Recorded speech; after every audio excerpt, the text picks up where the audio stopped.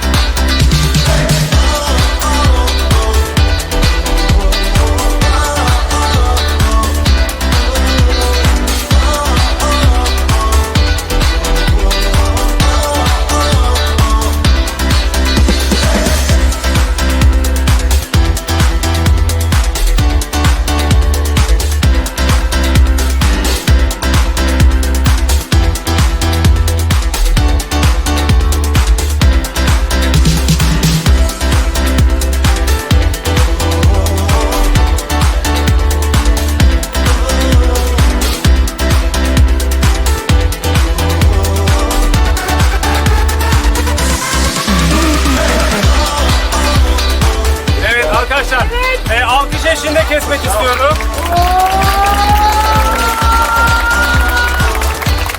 Doğum günümüz kutlu olsun.